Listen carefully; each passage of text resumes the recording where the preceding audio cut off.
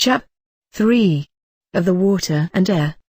The other two elements, viz. water and air, are not less efficacious than the former, neither is nature wanting to work wonderful things in them. There is so great a necessity of water, that without it nothing can live, no herb nor plant whatsoever without the moistening of water, can bring forth. In it is the seminary virtue of all things, especially of animals, whose seed is manifestly waterish. The seeds, also, of trees and plants, although they are earthy, must, notwithstanding, of necessity be rotted in water before they can be fruitful, whether they be imbibed with the moisture of the earth, or with dew, or rain, or any other water that is on purpose put to them. For Moses writes, that only earth and water can bring forth the living soul, but he ascribes a twofold production of things to water, viz. Of things swimming in the water, and of things flying in the air above the earth, and that those productions that are made in and upon the earth are partly attributed to the very water. The same scripture testifies,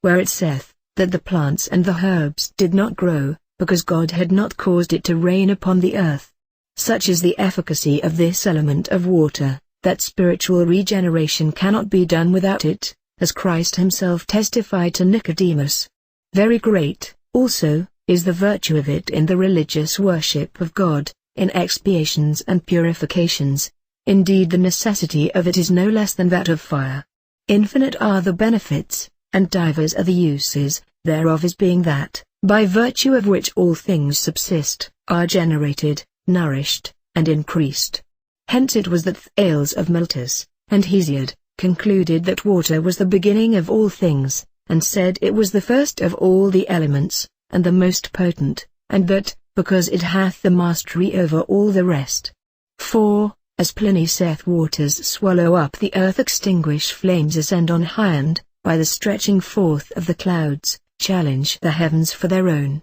the same, falling down, becomes the cause of all things that grow in the earth. Very many are the wonders that are done by waters, according to the writings of Pliny, Solinus, and many other historians. Josephus also makes relation of the wonderful nature of a certain river betwixt Tarsia and Raphania, cities of Syria, which runs with a full channel all the Sabbath day, and then on a sudden stops, as if the springs were stopped, and all the 6 days you may pass over it dry shod, but again, on the 7th day, no man knowing the reason of it, the waters return again, in abundance as before. Wherefore the inhabitants thereabout called it the Sabbath day river, because of the 7th day, which was holy to the Jews. The Gospel, also, testifies of a sheep pool, into which whosoever stepped first after the water was troubled by the angel, was made whole of whatsoever disease he had. The same virtue and efficacy,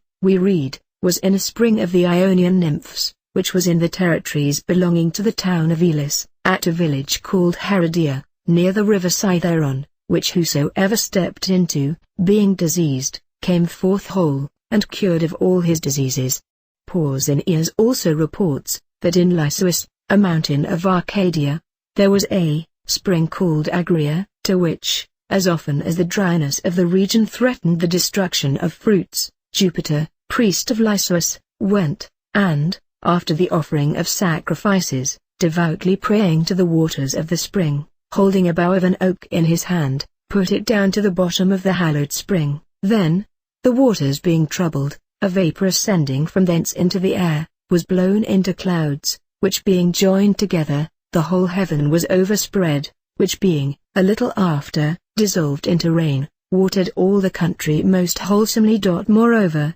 Rus, a physician of Ephesus, besides many other authors, wrote strange things concerning the wonders of waters, which, for aught I know, are found in no other author. It remains, that I speak of the air. This is a vital spirit passing through all beings, giving life and subsistence to all things, moving and filling all things. Hence it is that the Hebrew doctors reckon it not amongst the elements, but count it as a medium, or glue, joining things together, and as the resounding spirit of the world's instrument. It immediately receives into itself the influence of all celestial bodies, and then communicates them to the other elements, as also to all mixed bodies. Also, it receives into itself, as if it were a divine looking-glass, the species of all things, as well natural as artificial, as also of all manner of speeches, and retains them, and carrying them with it, and entering into the bodies of men, and other animals,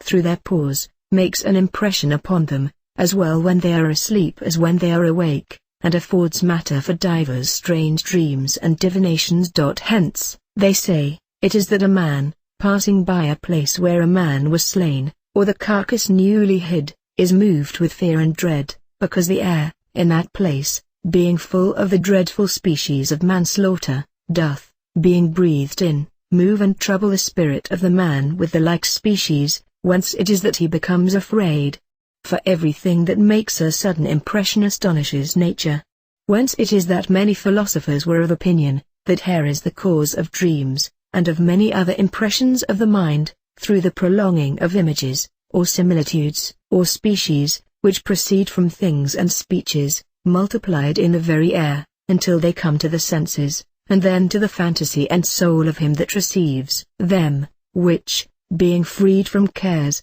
and no way hindered, expecting to meet such kind of species, is informed by them. For the species of things, although of their own proper nature they are carried to the senses of men, and other animals in general, may, notwithstanding, get some impression from the heavens whilst they are in the air, by reason of which, together with the aptness and disposition of him that receives them, they may be carried to the sense of one, rather than of another.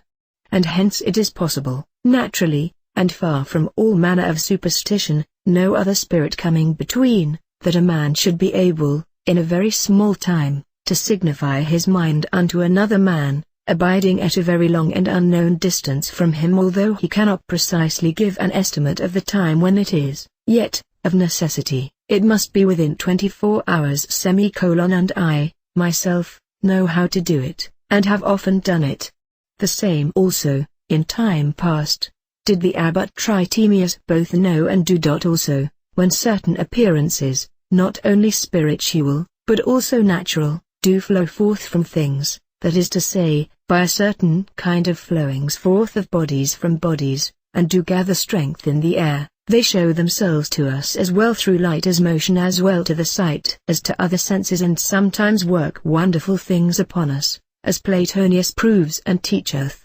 And we see how, by the south wind, the air is condensed into thin clouds, in which, as in a looking-glass, are reflected representations at a great distance, of castles, mountains, horses, men, and other things, which when the clouds are gone, presently vanish. And Aristotle, in his Meteors, shows that a rainbow is conceived in a cloud of the air, as in a looking-glass. And Albertus says, that the effigies of bodies may, by the strength of nature, in a moist air, be easily represented, in the same manner as the representations of things are in things. And Aristotle tells of a man, to whom it happened, by reason of the weakness of his sight, that the air that was near to him became, as it were, a looking-glass to him, and the optic beam did reflect back upon himself, and could not penetrate the air, so that, whithersoever he went, he thought he saw his own image, with his face towards him, go before him. In like manner, by the artificialness of some certain looking-glasses, may be produced at a distance, in the air. Besides the looking-glasses, what images we please, which, when ignorant men see, they think they see the appearances of spirits or souls, when, indeed, they are nothing else but semblances akin to themselves, and without life. And it is well known, if in a dark place, where there is no light but by the coming in of a beam of the sun somewhere through a little hole, a white paper or plain looking-glass be set up against the light, that there may be seen upon them whatsoever things are done without, being shined upon by the sun. And there is another sleight or trick yet more wonderful: if any one shall take images, artificially painted, or written letters, and, in a clear night, set them against the beams of the full moon, those resemblances being multiplied in the air, and caught upward, and reflected back together with the beams of the moon, another man, that is privy to the thing, at a long distance, sees, reads, and knows them in the very compass and circle of the moon, which art of declaring secrets is, indeed, very profitable for towns and cities that are besieged, being a thing which Pythagoras long since did, and which is not unknown to some in these days, I will not accept myself.